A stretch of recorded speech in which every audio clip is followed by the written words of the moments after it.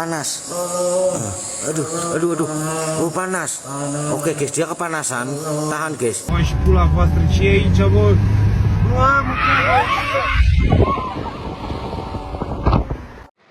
And it's no good going around fuming with anger about conditions. A lot of the patients in this hospital who are in the elderly age group, they could be managed in their home, I think, by their families. It's estimated that between 60 to 65% of American soldiers stationed in the South Pacific during the Big Bad Global Conflict Part 2 suffered from a malarial infection at some point during their service. For some units, the infection proved to be more deadly than the enemy forces were, so finding an effective treatment was a high priority. Safe anti-malarial capsules were seen as essential to winning, or any kind of cure, honestly. Beginning in 1944 and spanning over the course of 2 years, more than 400 prisoners at the Stateville Penitentiary in Illinois were subjects in an experiment aimed at finding an effective cure against malaria. Prisoners taking part in the experiment were infected with, malaria, and then treated with experimental treatments. The experiment didn't have a hidden agenda, and its unethical methodology didn't seem to bother the American public, who were eager to bring the troops home, safe and healthy. The intent of the experiments wasn't hidden from the subjects, who were at the time praised for their patriotism, and in many instances given shorter prison sentences in return for their participation. Ghostbuster Peter Venkman, who was seen in the fictional film conducting ESP electroshock experiments on college students, was likely inspired by social psychologist Stanley Milgram's famous series of shock experiments that were conducted in the early 1960s. During Milgram's experiments, teachers, Americans recruited for a Yale study they thought was about memory and learning, were told to read lists of words to learners, actors, although the teachers didn't know that. Each person in the teacher role was instructed to press a lever that would deliver a shock to their learner every time he made a mistake on word matching quizzes. Teachers believed the voltage of shocks increased with each mistake. It ranged from 15 to 450 possible volts. Roughly 2/3 of teachers shocked learners to the highest voltage, continuing to deliver jolts at the instruction of the experimenter. In reality, this wasn't an experiment about memory and learning. Rather, it was about how obedient we are to authority. No shocks were actually given. Now today, these shock experiments continue to be controversial. While they're criticized for their lack of realism, others point to the results as important to how humans behave when we're under duress. In 2010, the results of this study were repeated, with about 70% of teachers obediently administering what they believed to be the highest voltage shocks to their learners. There was a period in the CIA's history when they performed covert mind control experiments. If you thought this was fiction, sorry folks, it's real. During the Cold War, the CIA started researching ways they could turn Americans into CIA-controlled super agents. You know, folks who could carry out crimes and wouldn't be affected by enemy interrogations. Under what was known as the MK-Ultra Project, CIA researchers experimented on unsuspecting American and Canadian citizens by slipping them psychedelics, we're talking hallucinogens and barbiturates and things I can't talk about, as well as additionally illegal methods such as hypnosis and possibly chemical, biological, and radiological agents. Universities participated, mostly as a delivery system, also sometimes without their knowledge. The U.S. Department of Veterans Affairs estimates 7,000 soldiers were also involved in the research without their consent. This project endured for more than 20 years, during which the agency spent about $20 million on it. There was at least one death tied to the project, although more is suspected. And in 1973, the CIA destroyed what records were kept. That sounds sus? Yes, it was. Using biological warfare was banned by the Geneva Protocol in 1925, but Japan said, yeah, no thanks, we're not going to follow that. If germ warfare was effective enough to be banned, it must work. Well, at least that's what the military leaders believed. Unit 731, a secret unit in a secret facility, publicly known as the Prevention and Water Supply Unit, was established in Japanese-controlled Manchuria, where by the mid-1930s, Japan began experimenting with pathogenic and chemical stuff and testing it on human subjects. Their military physicians and officers intentionally exposed victims to infectious diseases. We're talking the bubonic ickiness, cholera, syphilis, typhus, and other pathogens, in an effort to understand how they affected the body and how they could be used in explosives and attacks in that historical time period that we can't reference, but I'm referencing. In addition to working with pathogens, Unit 731 conducted experiments on people, including, but certainly not limited to, vivisections and dissections on living humans, all without anesthesia. Why? Well, they thought it would skew the results. We can't have that. Many of these subjects were civilians and prisoners of war, but also there was some international victims. We had some Americans, some Russians, basically anybody who, wasn't fine. Today, it's estimated that about 100,000 people were victims within the facility. But when you include the field experiments, we're talking like dropping some fleas that were infested with things over villages and poisoning wells, the death toll may be closer to 250,000 people.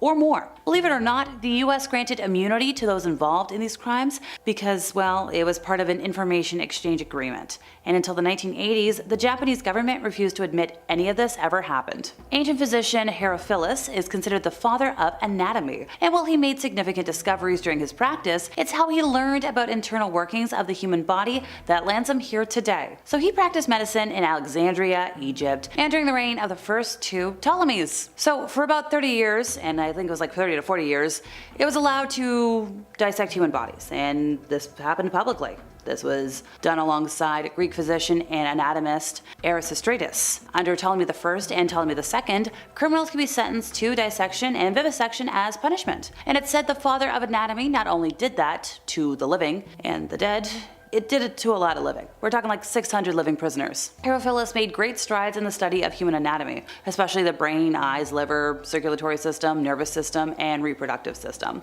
During a time in history when dissecting human cadavers was considered an act of desecration of the body, there were no autopsies conducted on the dead, even though mummification was popular. And don't worry folks, like today, doing this was considered inhumane. Dr. Albert Kligman, in collaboration with Dow Chemicals and the US Army, conducted a horrific medical experiment. This research was performed under the guise of dermatology research, but it was actually a study of the effects of Agent Orange on humans. So a lot of prisoners were injected with a byproduct known as dioxin. And aftermath of this, well, we had prisoners with volcanic eruptions of chloracne, so like intense acne, combined with cysts and so much more. This happened all over the armpits, nether regions, and the face. And even after the study was done, people were suffering from this for years. So there was one time in history when both the US and the Soviet Union were eager to discover whether or not the human body could survive a nuclear attack. So they tested this on people. From 1960 to 1971, Dr. Eugene Sagner, a radiologist,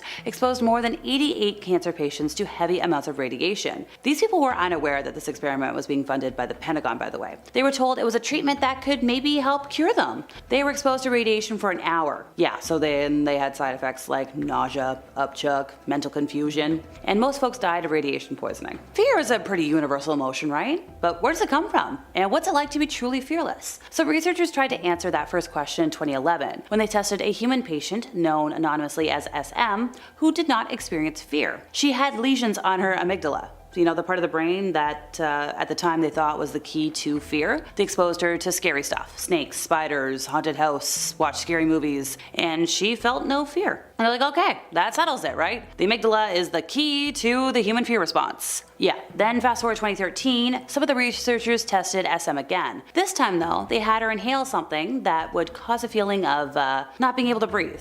So this time, SM did not stay calm. Instead, she had a panic attack, just like other subjects in the experiment, both of whom had damaged amygdalas. The findings made it clear that that's not the only part of the brain that processes fear. Fear is really a universal emotion. In 1971, Philip Zimbardo, now Professor Emeritus of Psychology at Stanford University, set out to test the nature of human nature, to answer questions such as what happens when you put good people in evil situations. How he went about answering his human nature questions was and is thought by many to have been less than ethical. He set up a prison and paid college students to play guards and prisoners, who inevitably seemed to transform into harmful guards and hysterical prisoners. The 2-week experiment was shut down after just 6 days because things got chaotic too fast. In only a couple of days, the guards became really bad. The prisoners were depressed, they were showing signs of extreme stress. The guards, pretty much from the get-go, treated the prisoners awfully, humiliating them by stripping them down to nothing, spraying them with delousing chemicals, and generally harassing and intimidating them. Well, turns out, according to a report from 2018, the guards didn't become aggressive on their own. Zimbardo encouraged the awful behavior, and some of the prisoners faked their emotional breakdowns. For instance, Douglas Corpy, a volunteer prisoner, said he faked it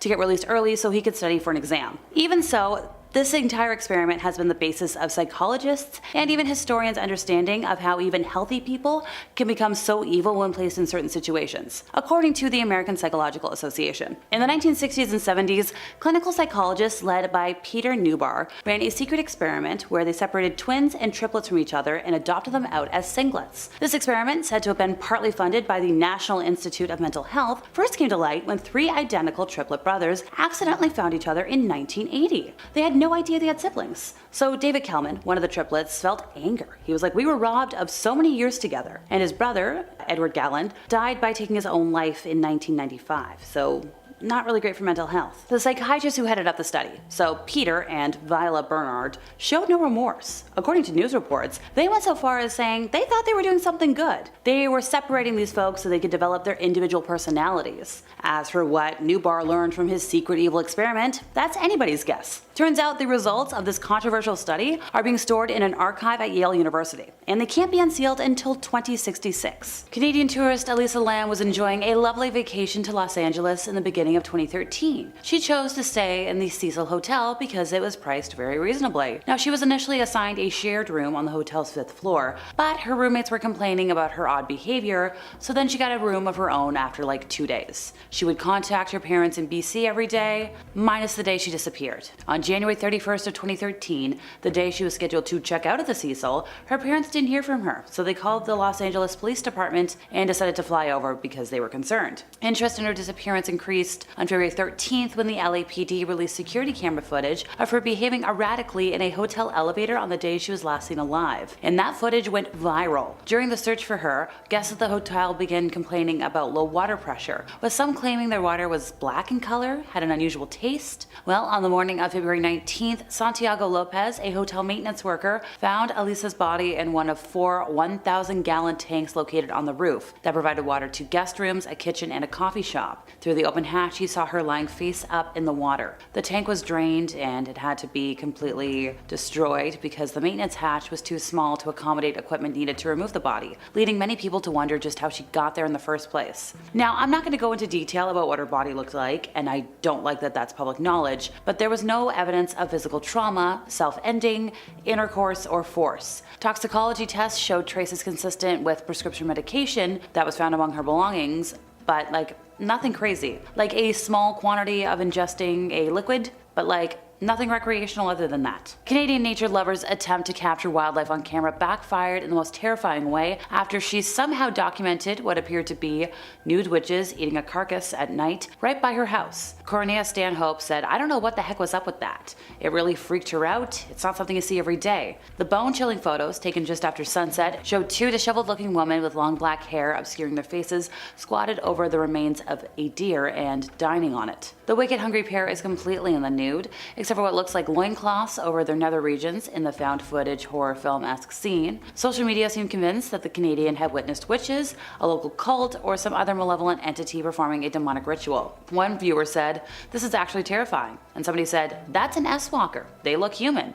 So you go up to them and once you do, you're gone." A third person was like, "Look, it's a walking demon from hell. Avoid it. If you hear screaming, stay inside and get a weapon. You leave it alone." And a lot of folks just jumped to demonic cult. A homeowner was left stunned when he went into his home security camera footage after his dog's persistent barking to find a spooky figure outside the house. Corey Fletcher of Minnesota was kind of confused when his dog, Diva, began barking persistently at the door, which normally indicates somebody's outside. However, when Corey went to check outside his house, he didn't see anybody. So he was like, "Okay, Diva, come on girl, what are you barking about?" So, because Diva kept making a fuss, Corey decided to check the security camera footage, and it showed a strange, translucent figure walking past his home. Now, things got spookier when Corey realized that the camera had not picked up any human movement, because his camera puts a circle over them to pinpoint it, and this wasn't doing that. No circles were found. It's estimated that an astonishing 13,000 people passed away within the walls of the so-called Ararat Lunatic Asylum over its 140 years of operation. While reports exist of apparitions, phantom sounds, visitors experiencing nausea, fainting, and pain, some ghosts from the past have made themselves known to those who are alive today. One in particular is George Fidamont, who was the last governor of the jail. In 1886, he was showing a group of people around the asylum when they started down a set of stairs. Suddenly, George fell to his knees and suffered a major heart attack. Now, these days, tour guides and visitors hear heavy footsteps and banging on that same stairwell. But when they go to take a look, nobody's there. Gary Webb was a career criminal, had a long rap sheet, and was finally sent here. So he got comfy there. He started to write letters to the media, telling them the inhuman and horrible things he was going to do when he got out. Citizens began to worry, and a special law actually got passed to keep him contained there for the rest of his life. Now, at this point in time, Gary started to self-harm and was hospitalized 70 times. He even managed to get rid of something 3 times during his sentence. Today, he is said to haunt his former room, screaming at visitors to get out and pushing them out the door. If you visit the shock therapy room, be careful. Some folks feel a tingling sensation or very faint, or even enter a coma-like state until they get out. If we're talking about history today, in order to make sure their weapons were effective and sharp, samurais carried out the practice of tameshigiri, or, tests of that nature. So in order to test the weapons, they used expired bodies, usually those of criminals, but they were also known to use living prisoners who had been sentenced to a similar fate. Now, sometimes they would use as many as 3 bodies at once to put their weapons to the test. Because the sword's value was based in its strength, this was a practice that helped young metal workers learn to hone their craft as well. Because tests could also be done with bundles of bamboo, steel plates. Samurai wanted the sharpest weapons possible. Why? Well, they kind of had to use them for battle, and also there was a practice that kind of meant ending life with one single blow. Kind of had to be good for that. Horrifying footage shows the dramatic moment a 100-foot wide sinkhole swallowed up a soccer pitch in just a matter of seconds. In this particular case, 2 perfectly good artificial soccer and football fields were destroyed in just 5 seconds. Nowadays, a crater sits in the middle of Gordon F. Moore Community Park in the city of Alton. Thankfully, things could have been a lot worse because at the time the pitches weren't in use, because if they were, anybody within a couple of feet of the sinkhole probably wouldn't be here. Going off of the sheer ferocity that floodlight was thrown into the gaping hole. Is Queen Elizabeth haunting Windsor Castle almost, 2 years, maybe 3 years after she died? Well, according to a royal fan who was on the premises as the building is open to the public, the late monarch was apparently captured in a couple of snapshots. RadarOnline.com reported the visitors spotted a white flash in their lens while taking the picture inside the castle, and they mentioned that they are not a believer in anything beyond the grave, but they don't think there's any arguing with these images. They are fully aware that people will say it could be a trick of the lens, a light flash, whatever, but they looked into it, and it's highly unlikely the form in their images of that. It's clearly the Queen's spirit. She looks so unsettled. You can kind of tell by her expression. She kind of looks like she's in limbo, she's lost. And this tourist mentioned that they were a royalist, and it was sad for them to think that she was wandering around forever dressed in one of the outfits she used to wear on state visits.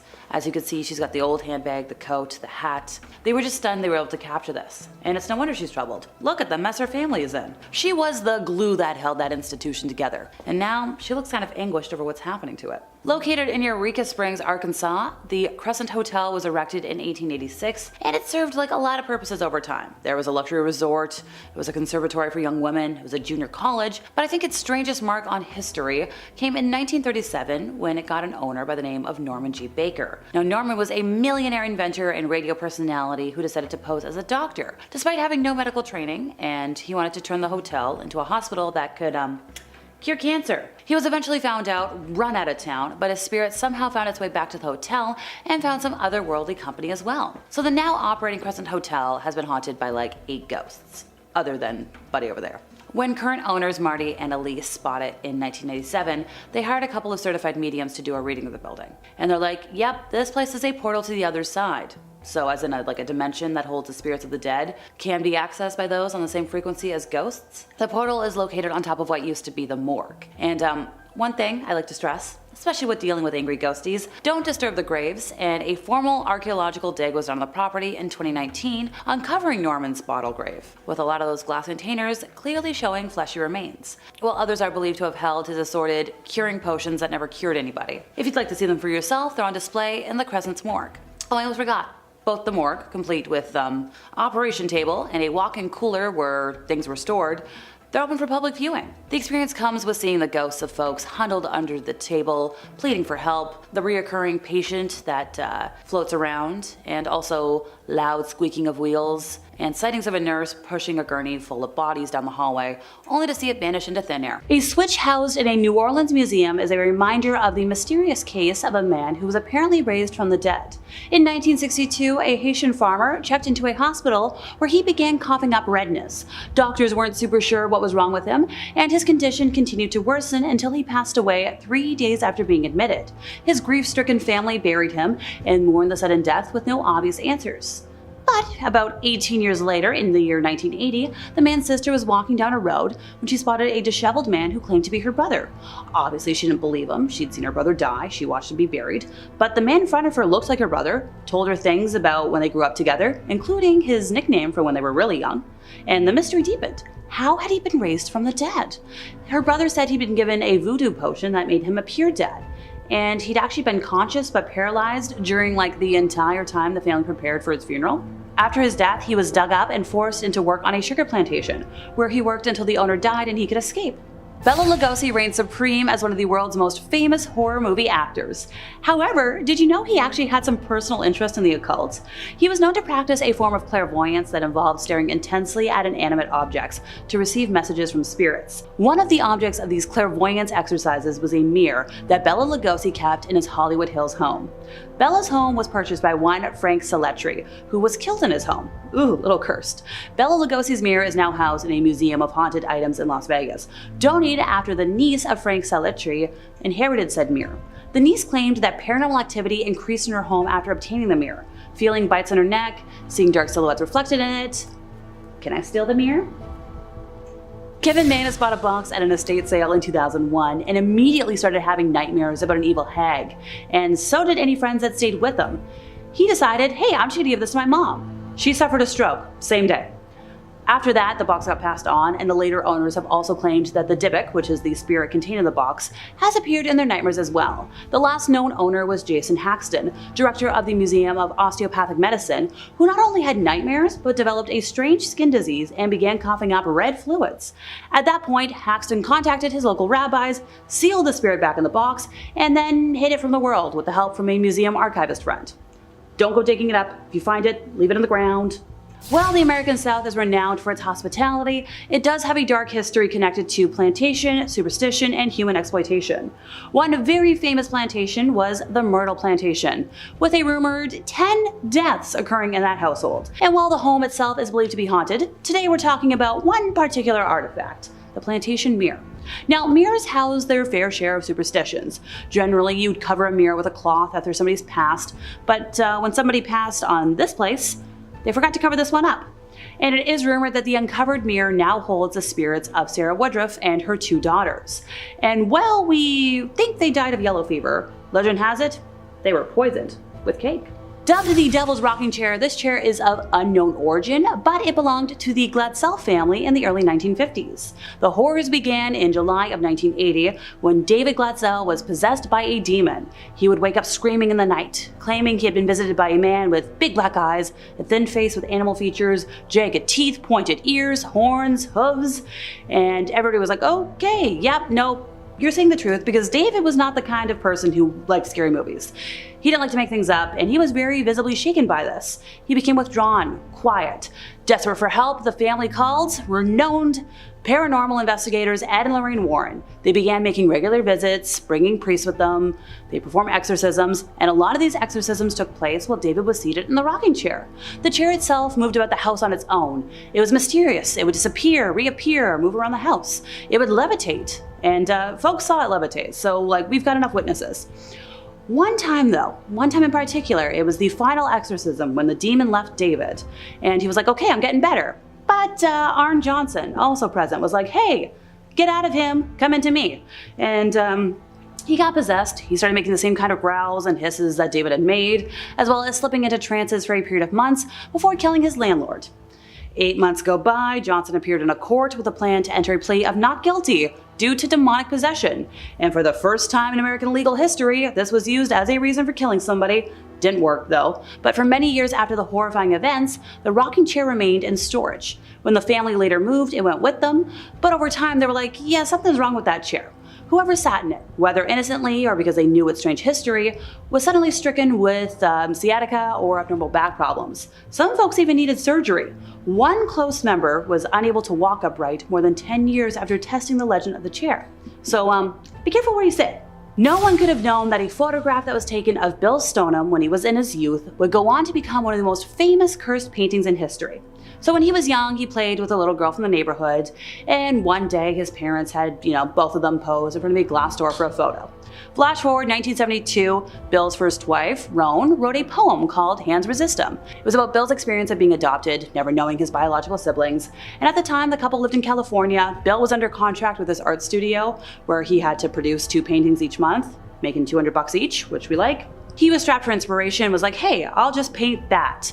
Called the painting The Hands Resist 'Em, turned it over to Charles Feingarten for a large gallery show in 1974 with the accompanying poem, and at the show the painting was purchased by actor John Marley, most famous for his role as the movie producer in The Godfather, who wakes up with the horse's head in his bed. The gallery show also led to the painting's first press mention, when it was reviewed by noted art critic Henry Seldes. This is all important, I promise. Because this is where things get strange. Between 1978 to 1984, 3 of the men closest to the painting died. Seldes in 1978, Feingarten in 81, and Marley in 84.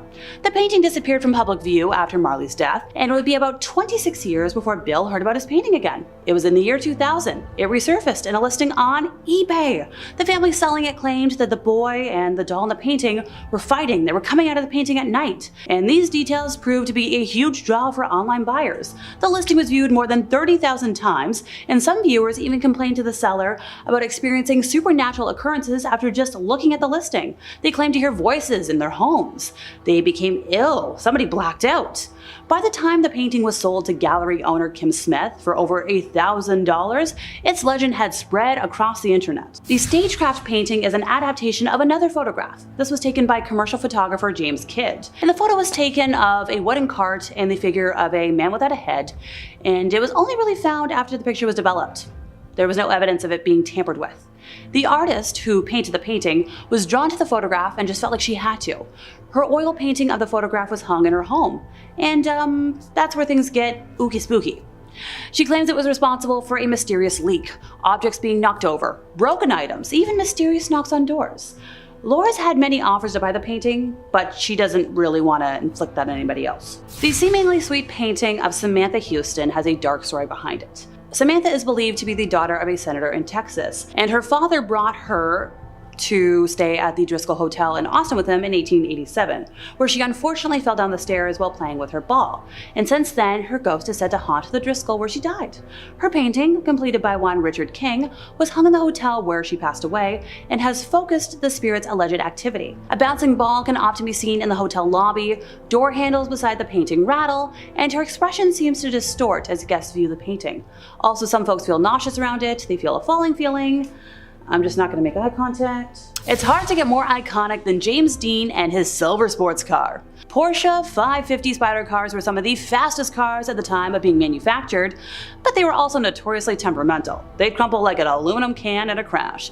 And sadly, that's what happened to James Dean on his way to a car race in 1955. The car was auctioned and sold in parts, but owners of these auto pieces have reported fires, car crashes, mysterious injuries, the whole kit and caboodle. What was left of the car still toured and had its fair share of mishaps along the way. However, after an exhibition in Miami, the towing van and the car disappeared in 1960. In the chilling case of the Peron family, their seemingly serene farmhouse in Rhode Island concealed a dark and malevolent secret. Soon after moving in, there was strange stuff going on. At first, they kind of wrote it off. They're like, okay, weird stuff. Brooms were moving on their own. People were seeing apparitions. Carolyn Peron, determined to uncover the truth, delved into the history of the house and discovered a whole lineage plagued by mysterious and tragic deaths spanning 8 generations. The most ominous presence was that of Bathsheba Sherman, a woman associated with witchcraft. Bathsheba's malevolent intentions became kind of evident as the family's life was spiraling into a nightmare. There was one incident where Carolyn had a really weird wound on her calf that resembled something you would like sew with. And this was just one of many episodes endured by the Peron family over their decade-long time living in the house. Who'd they call in? Ed and Lorraine Warren. They're like, oh yeah, there's something going on here. They identified a cursed artifact, a mysterious box. They believed it acted as a conduit for Bathsheba's demonic energy in the household. So when they were like, okay, we're gonna fix this, they performed blessings, grabbed the box, and got the heck out of there. During the Albigensian Crusade, a grim chapter in medieval history, the city of Béziers became the site of one of the most chilling massacres ever recorded. The crusade, launched by the Catholic Church to root out the Cathar heresy in southern France, reached its bloody peak when the city was besieged. Faced with the problem of distinguishing Cathars from Catholics among the city's population, the papal legate reportedly gave the horrifying order, quote, "Kill them all, God will know his own." This command led to the indiscriminate slaughter of tens of thousands of people, demonstrating the extreme lengths to which religious zealotry could go in the Middle Ages. The Middle Ages were rife with myths and superstitions, but one of the most disturbing and damaging was the blood libel. This horrific accusation claimed that Jewish communities were kidnapping and killing Christian young ones to use their blood in religious rituals, a completely unfounded and malicious lie. Yet, despite the total lack of evidence, this myth spread like wildfire across Europe, fueled by ignorance and deep-seated prejudice, and the consequences were absolutely devastating. Jewish populations were subjected to brutal persecution, with entire communities taken out or driven out of their homes. The blood libel didn't just cause immediate suffering, it also laid the groundwork for centuries of anti-Semitism. Cat lovers beware, this next point is a tough one to hear. Cat burning was a shocking and cruel form of entertainment that took place in Western and Central Europe before the 1800s. People would gather cats, which were often associated with witchcraft and the devil, and throw them onto bonfires. This gruesome practice was a part of various festivities,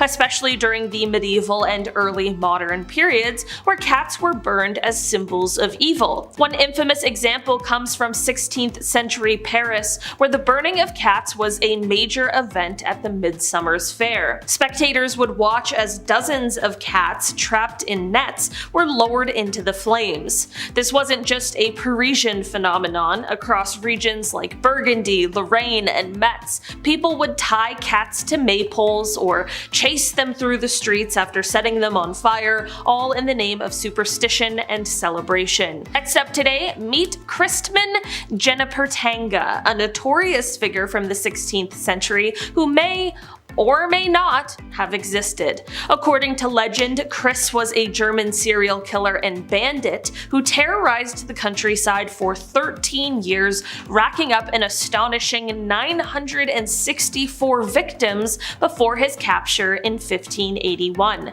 His crimes were first documented right after his death, but historians are still unsure if he was a real person or just a chilling story passed down through the ages. The tale goes that he lived in a well-furnished cave near Bernkastel, where he could easily monitor the roads leading to major cities like Trier and Luxembourg. From this hideout, he conducted highway robberies, hoarding his loot, and committing gruesome crimes. One of the most disturbing aspects of his story involves the kidnapping of a woman whom he kept and forced to work for him. His reign of terror ended when his captive managed to escape and alert the authorities in Bernkastel. She led a group of armed men to his lair, where they then discovered an enormous stash of stolen goods. He was arrested, found guilty, and sentenced to death by the brutal method of the breaking wheel, a punishment that he allegedly survived for 9 agonizing days before finally dying. The Kagos were a mysterious and persecuted group that lived in parts of France and northern Spain,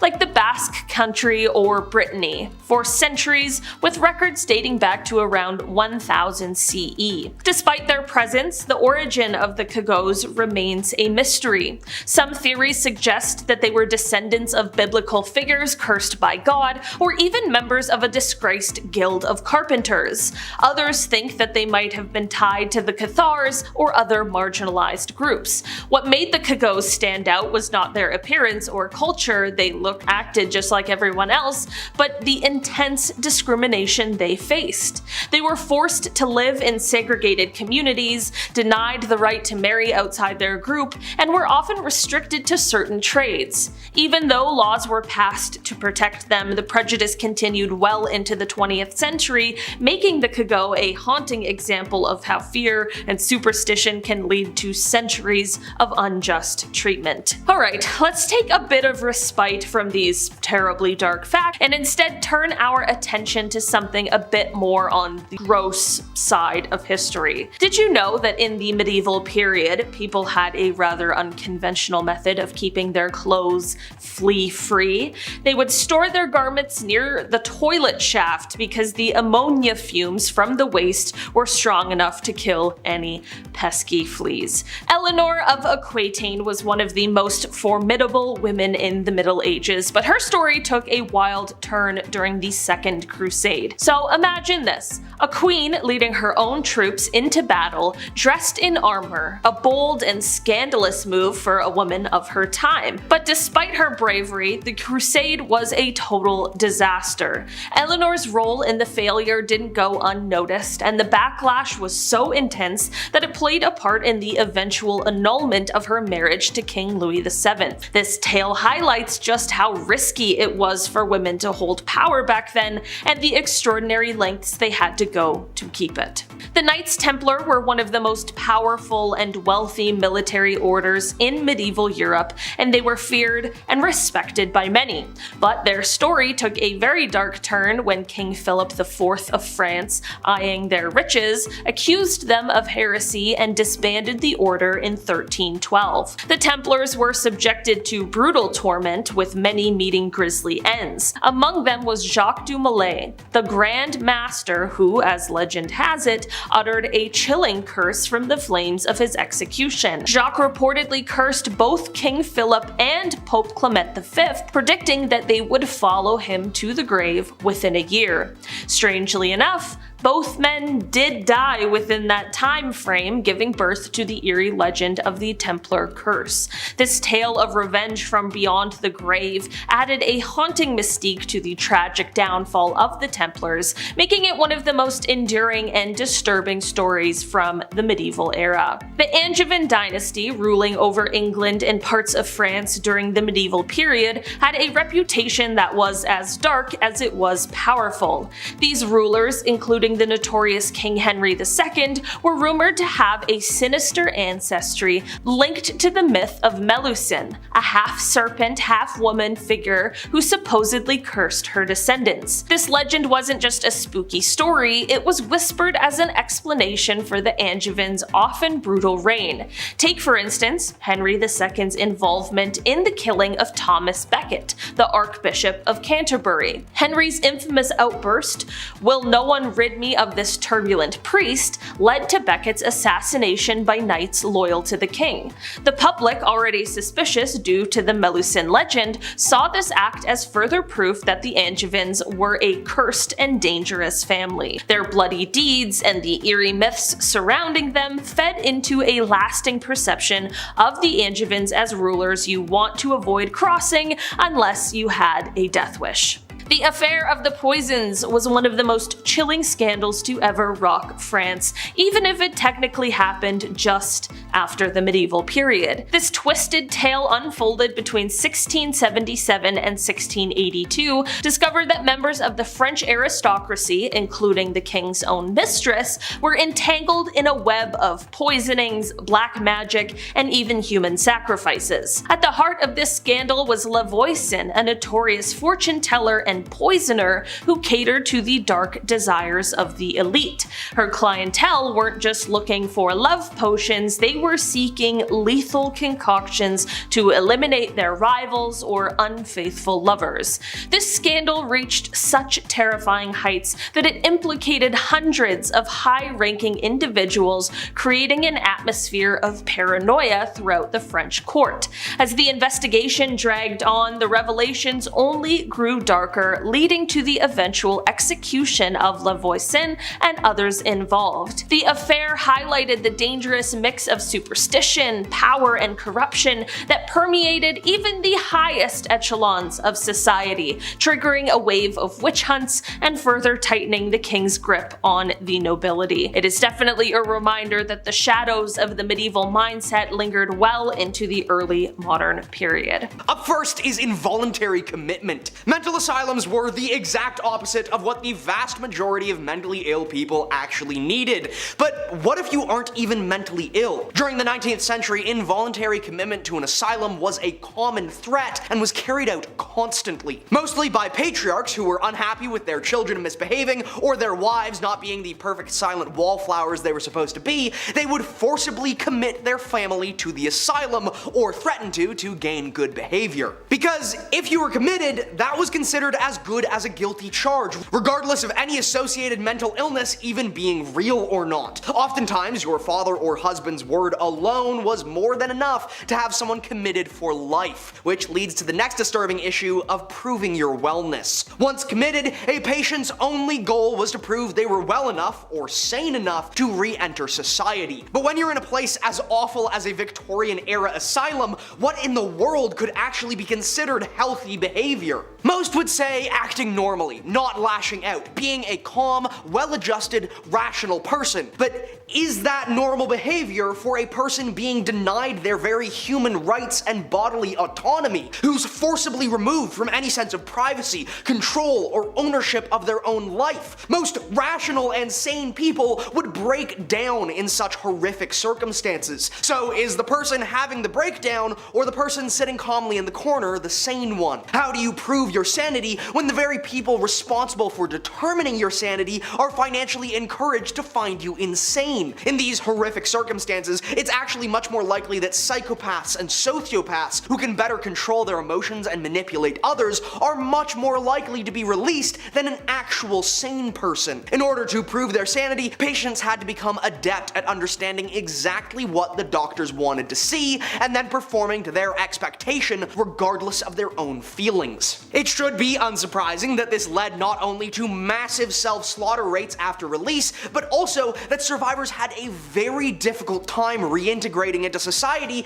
because they had no sense of self-sufficiency and had effectively broken themselves to fit within someone else's mold. Speaking of issues reintegrating, the next is privacy paranoia. One of the first things asylums stripped their inmates of was their dignity and their clothing, and this would never be given back. Privacy was never once a concern for the mentally ill and not ill people being treated in the asylum. Personal privacy, the right to not be stripped and manhandled in public, did not exist. Many asylums considered bathing to be a treatment and therefore not something people could be left to do alone. They would be forcibly stripped and bathed in groups of a dozen or more at a time. Even worse, however, is that asylums were often turned into for-profit zoos, with non-committed people being allowed to walk throughout the asylum's grounds, watching and gawking at patients, treatments, and more. Worse still, there was no sense of medical privacy either, and medical records, conditions, and more could be released to any member of the public at any time for any reason, which usually destroyed any chance of a career or life outside of the asylum,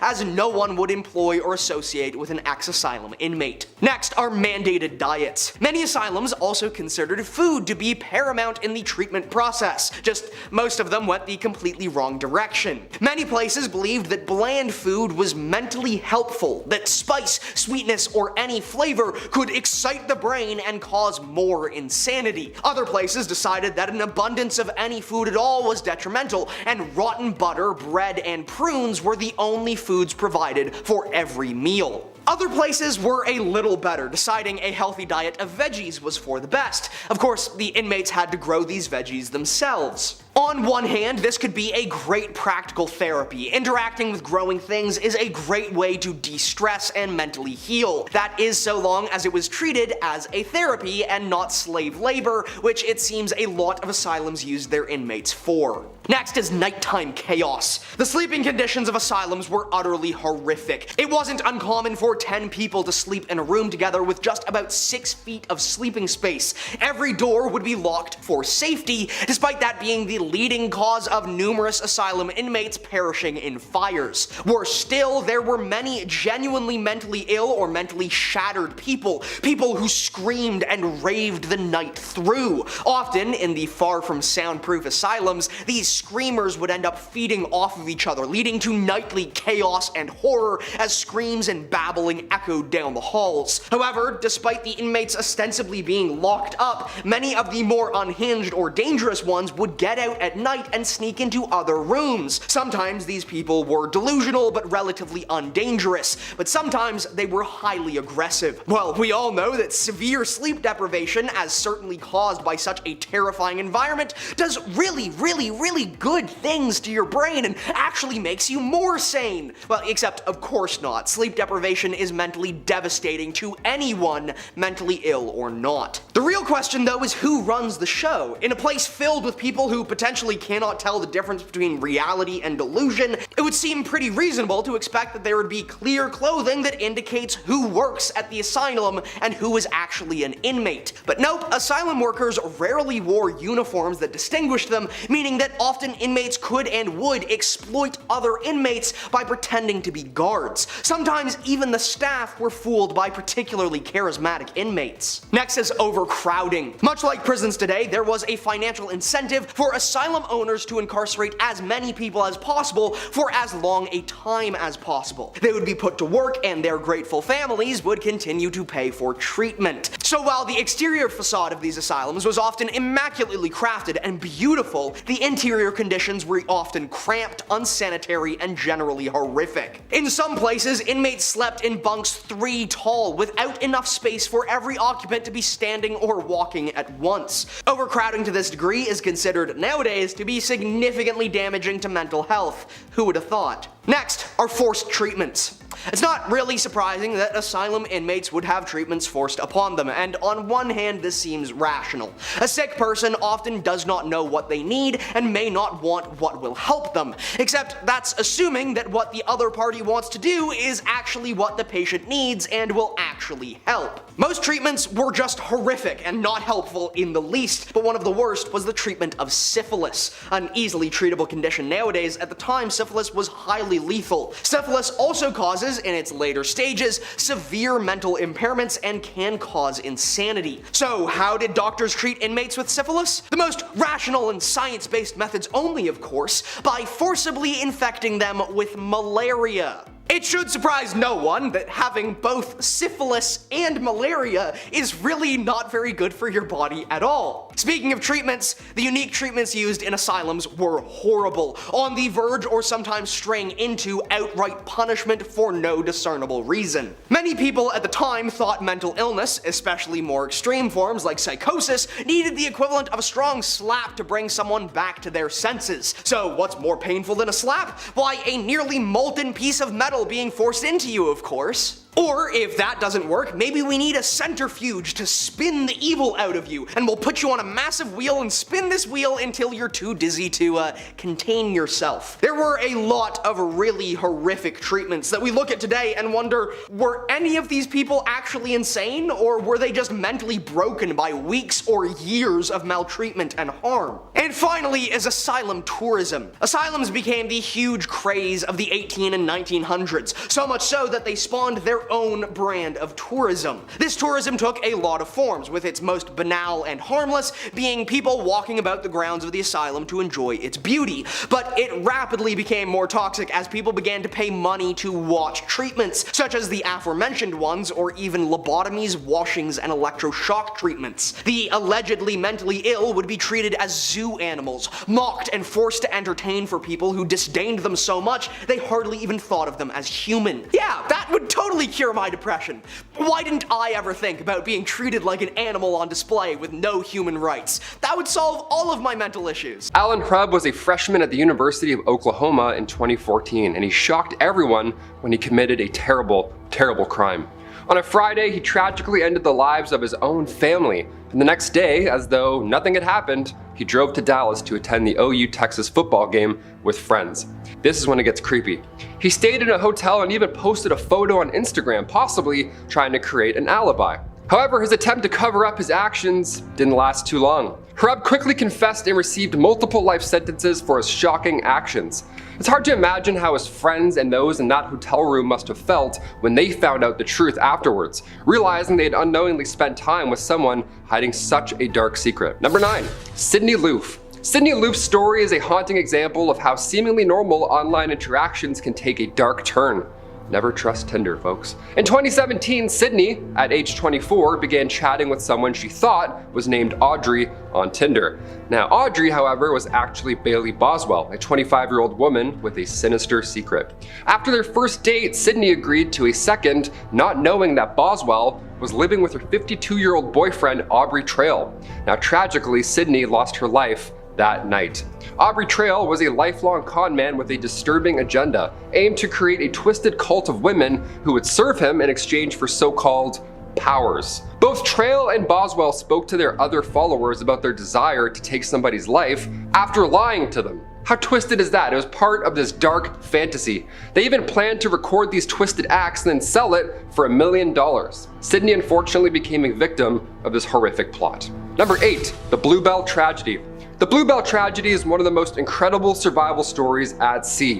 In 1961, a family of 5 chartered the small yacht for a holiday cruise in the Bahamas, captained by Julian Harvey. However, during the trip, Harvey suddenly took out the entire family and sabotaged the ship, attempting to stage it as an accident in order to claim insurance money. However, unbeknownst to Harvey, one person survived. That person was 11-year-old Terry Jo Duperrault. Now, after the attack, she escaped onto a small cork raft and spent 4 days drifting in the open ocean, exposed to the elements with no food or water. Miraculously, a Greek freighter spotted her and thankfully rescued her at sea. Terry Jo's incredible resilience and will to survive made her a symbol of hope amid this unimaginable tragedy. Number 7, Bruce MacArthur. Now, at first glance, this man may seem like your average friendly mall Santa.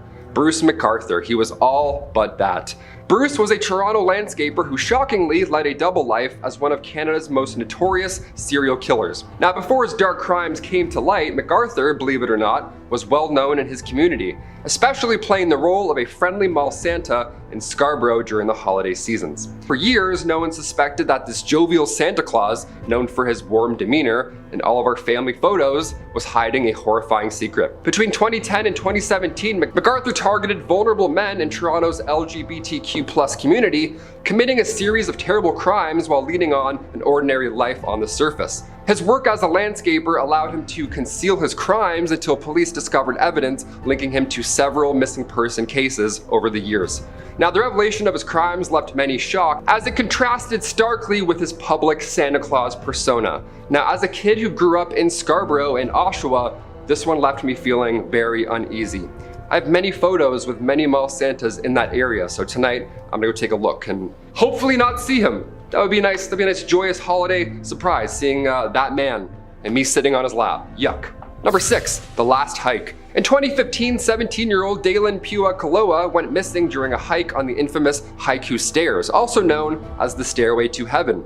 On the morning of February 27th, Pua told his family that he planned to hike this dangerous and illegal trail. Now, throughout the hike, he sent several photos to his family, but in one image, they noticed something very strange. An unidentified man was lurking in the background behind some bushes. Now, Pua sadly never returned, and despite extensive searches, he was never ever found.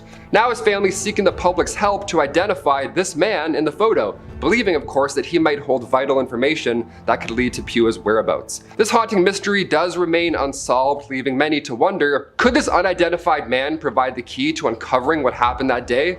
Is he responsible? Many questions sadly unanswered. Number 5, Niagara Falls.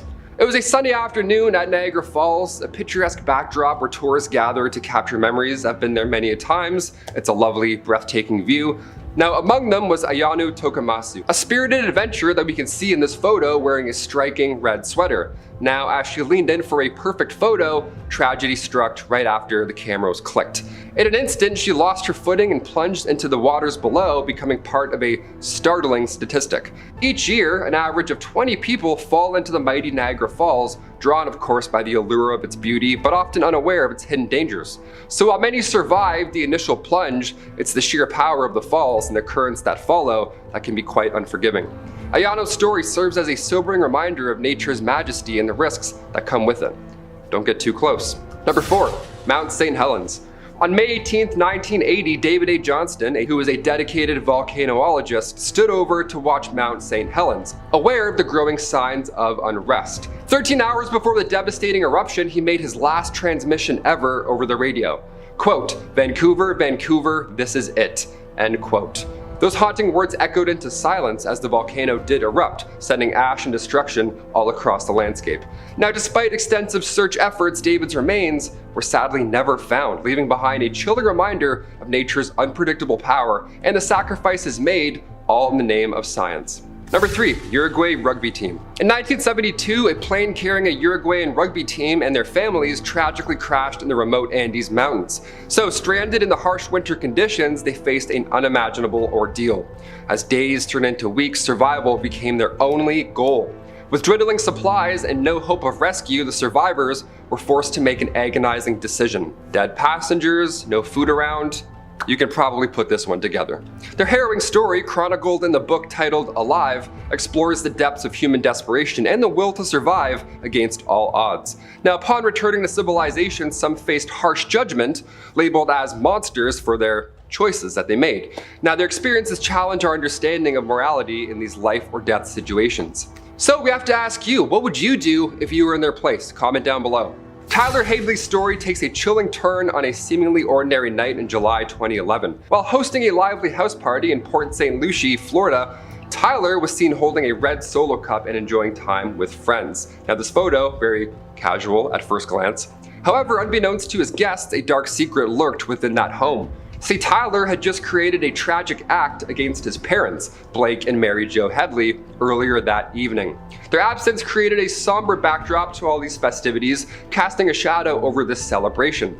So as the night went on, the contrast between this lively atmosphere and the hidden tragedy left the community in shock. What could have driven Tyler to such a heartbreaking decision? What if you were at that party? How would you feel if you discovered all this afterwards? Finally, number 1, the Titanic violin. This $1.5 million violin isn't famous for its craftsmanship, but for its connection to one of history's greatest tragedies, the sinking of the Titanic. This violin belonged to Wallace Hartley, the band leader who famously played as the ship went down in 1912. On April 14th, the Titanic struck an iceberg during its maiden voyage, and as chaos ensued, Hartley and his band played music in order to calm the passengers. We've seen this in the movie, and yes, it is true, that did happen. Survivors recalled hearing hymns like "Nearer, My God, to Thee" in their final moments. Though Hartley perished, his violin was found floating in the debris. Today it stands as a haunting symbol of bravery and grace amidst a horrible disaster. Number 10, the Pisle Bear. The Pisle Bear, also known as the Growler Bear, how fun is that? This is a fascinating product of climate change. Yeah, not so great, but we're making new animals, so here's the positive side. As the Arctic ice melts and the habitats of polar bears and grizzly bears overlap, these two species have now begun to mate, creating, of course, a hybrid bear. Pisle bears have the grizzly size and strength, but also now they have the polar bear's ability to survive in colder environments, so we're doomed. Bears are gonna take over the world. That's awesome. Scientists are watching this hybrid closely, as it may be a sign of how animals are adapting to our changing world. This is very interesting. Pisles could potentially survive in climates where neither parent species could alone. Could this hybrid be nature's solution to a warming planet, or is it a sign of deeper ecological crisis? I vote the first one, for sure. Number 9, the beefalo. These fun names, they have a lot of fun names for these guys. The beefalo. In the 1960s, ranchers in the United States began crossbreeding bison with domestic cattle. They did this to create the beefalo, a hybrid that aimed to combine the best traits of both animals. What could go wrong? The goal was to develop livestock that had the resilience of a bison, able to withstand harsh climates and rugged environments, along with, of course, a higher meat yield of cattle. That would be amazing. The beefalo was seen as a potential solution for the meat industry, providing providing more efficient livestock. However, there were some complications. There's always complications. Beefaloes were more difficult to manage. They would often escape enclosures, just run off into the night, even mixing with other wild bison populations, which now caused an environmental concern. So while the beefalo is still bred today, it never quite replaced traditional cattle farming just yet. And I say yet because I have to ask, do you think hybrids like the beefalo could be part of the future of sustainable farming, or do they present too many challenges? I mean, he's got to stop escaping his pen. That's probably a problem. Let's talk to him about that. Number 8, Zorse. The Zorse. Sounds so medieval and majestic. The Zorse is what happens when you cross, you guessed it, a zebra and a horse. And it's as wild as it sounds. Breeding between these two species began in the 1800s, particularly in Africa and Europe, where people were fascinated by the idea of combining the zebra's iconic stripes with the trainability of a horse. They're like, yeah, the horse is good, but what if it had stripes? Zorses inherit the zebra's toughness as well and resilience to diseases, making them hardy animals, if anything. But they also come with a bit of the zebra's wild side as well.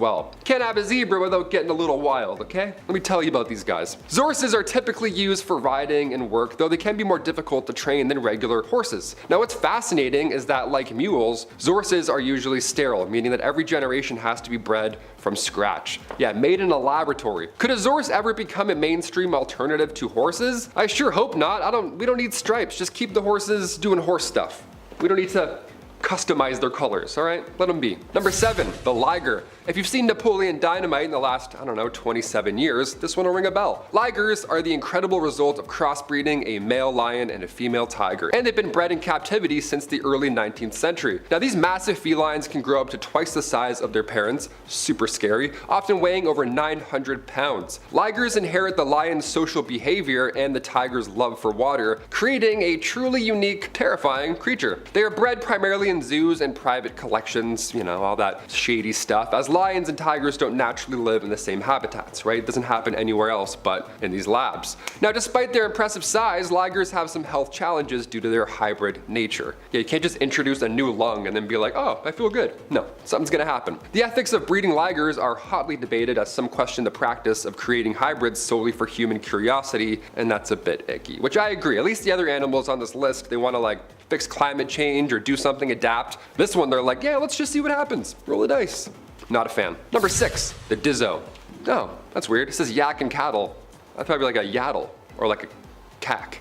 That's probably why. The Dizzo. High up in the Himalayas, ancient Tibetan and Mongolian farmers created the Dizzo by crossbreeding yaks and domestic cattle. I guess cack didn't really roll off the tongue, so that's fair. Dizzos are stronger and more productive than either of their parents, which makes them perfect for work in these harsh mountain environments. Now these animals are used for everything from plowing fields to carrying goods over steep terrain. They can manage it all, and their milk and meat are highly prized as well. They're kind of nailing it. Now what makes the Dizzo even more remarkable is its ability to thrive in high altitudes where other animals might struggle. However, like many hybrids, Dizzos are often sterile, like I mentioned earlier, which means farmers have to continuously breed new ones. They can't just sustain themselves. Would you ever see a Dizzo? I mean, it sounds like the least of our concerns so far on this list. Better than a striped zebra horse tiger thing. I don't even know what's going on over there. This one seems fun. Number 5, Lepin. A leopard plus the lion. This is what you get. In the early 1900s, Japanese zookeepers managed to crossbreed a male leopard and a lioness, resulting in the exotic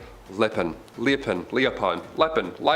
one of those. These hybrids are larger than leopards but smaller than lions and have the body shape of a lion with beautiful spots of a leopard. Yeah, paint that picture. Lepins are agile climbers like leopards, but they also have some of the social characteristics of lions. Now, because lions and leopards don't live in the same areas naturally, Lepins only exist, sadly, in captivity. This list is interesting, right? It's very science heavy, but when you hear about these animals that are just stuck in captivity, that part sucks a lot. They've been bred for study and as attractions in zoos. That's it, right? They're not free to go. Though visually stunning, these hybrids do raise questions about whether crossbreeding for the sake of novelty is even ethical in the first place. Would you want to see more Lepins in zoos, or would you want to see less zoos in general? Comment down below. I want to see how you feel about hybrids and zoos and just the whole thing in general. Personally, I don't think we should fuck with any animal, but here we are. Let's continue on with the mule, one of the most well-known and successful animal hybrids of all time. Mules, which are the offspring of a male donkey and a female horse, have been bred for thousands of years. Evidence of mule breeding dates back to ancient Mesopotamia and Egypt, where they were valued for their strength, endurance, and their ability to work long hours. These guys are OG, they go way back. Mules combine the horse's size and speed with the donkey's durability, making them ideal for farming, heavy labor, and transportation, right? They nailed it right across the board. Now, despite their usefulness, mules are sterile, which means new ones have to be bred every time, which is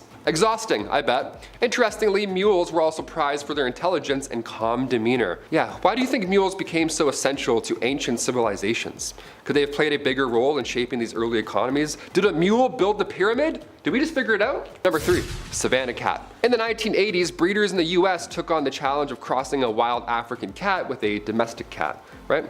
Getting all catty up in here. The result was the Savannah cat, a beautiful, large, and sleek hybrid with the exotic appearance of a wild animal, but the temperament of a pet. Coolest pet ever, or an accident waiting to happen? These cats are known for their loyalty and often behave more like dogs, if anything, following their owners around and playing fetch, all that fun stuff. However, they can also be unpredictable, thanks to their other half, their wild heritage. Now, Savannah cats require more care and space than the average house cat, of course, and their ownership is restricted in some places. Would you ever consider owning a part wild animal, or does the idea of having a pet with wild instincts sound like too much to handle? I've seen enough Tiger King to know your answer. Let's move on. Number 2, the wholphin. A whale plus a dolphin. What do you get? A fun word, a wholphin. Sounds like a burger, like a Whopper, like a wholphin. What is that? In 1985, a rare and surprising hybrid was born at Sea Life Park in Hawaii. Yeah, imagine going there and you're like, oh, we have a new animal today. How fun is that? Enjoy. This animal is a cross between a bottlenose dolphin and a false killer whale, which is a large species of dolphin. Now, wholphins are extremely rare, but they are known for their intelligence and speed, combining both traits from their parent species. Now, what's fascinating is that wholphins inherit a mixture of both whale and dolphin characteristics, but they're capable of incredible performances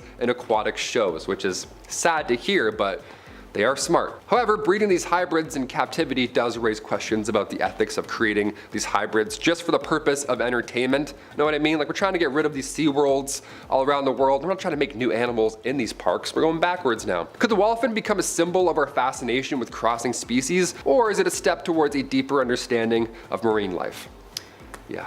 SeaWorld. Let's move on. Number 1, coy dog. The coyote and dog. The coy dog is very coy, this dog, absolutely. Coy dogs are hybrids between domestic dogs and coyotes, and they've existed for centuries, right?